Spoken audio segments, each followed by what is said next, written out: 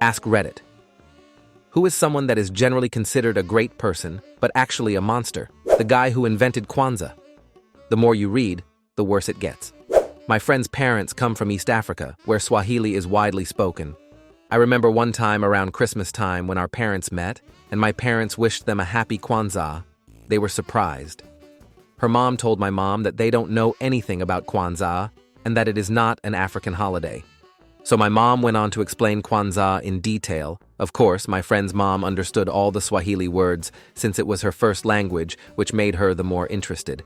But I will never forget the look on her face when she heard the founder's name was Maulana. She said that this is a title only used to refer to the Almighty God, and no human being should call themselves Maulana. John Harvey Kellogg, the cereal guy, was a real piece of work. Barbara Walters, her interview with Corey Feldman is disgusting.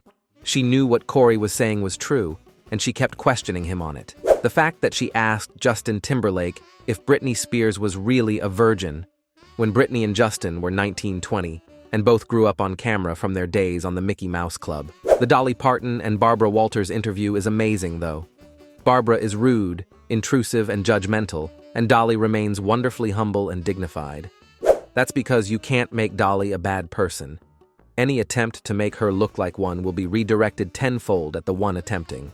Love that woman. Pablo Picasso was an unrelenting bastard to his romantic partners. He once said, "For me, there are two kinds of women, goddesses and doormats." And his granddaughter described his treatment of the women in his life by saying, he submitted them to his animal sexuality, tamed them, bewitched them, ingested them, and crushed them onto his canvas. After he had spent many nights extracting their essence, once they were bled dry, he would dispose of them. And that wasn't hyperbole. Two of Picasso's partners suffered nervous breakdowns due to his emotional abuse. Worse yet, his lover Marie-Thérèse Walter and his second wife, Jacqueline Roque, were driven to suicide. I don't know if she's considered a great person, but Coco Chanel is held up as a fashion icon, and she was a literal Nazi. After they took Paris, she stayed with Nazi commanders in the hotels they took over and built her empire, which still exists, by stealing businesses from her Jewish bosses through the Nazi laws that took Jewish-owned businesses and distributed them through members of the party. Every time you use the font Gil Sans, you're using a typeface designed by Eric Gill, who sexually abused his kids. Edit. And his dog, fucking Oprah. She has platformed so many terrible humans, scam artists, and snake oil salesmen, it's unbelievable. As a black woman, this was a hard one for me to let go. Growing up, I looked up to her so much. Every day after school, I'd watch her and Dr. Phil. When she launched the OWN channel, I was obsessed with the show about her producers, to the point that I considered pursuing it as a career. My mom and I would talk about her all the time. I have so many great memories of sharing Oprah with my mom, which makes Oprah and her empire all the more insidious. I know my story is not at all unique. I recently rewatched some old episodes from the early 00s. She was just as exploitative than as she's ever been. The bubble started to burst for me when my mom was watching Dr. Oz. My mom had me doing all the juice cleanses and lemon water with her. I was 18 plus. I started to realize what we were doing was unhealthy.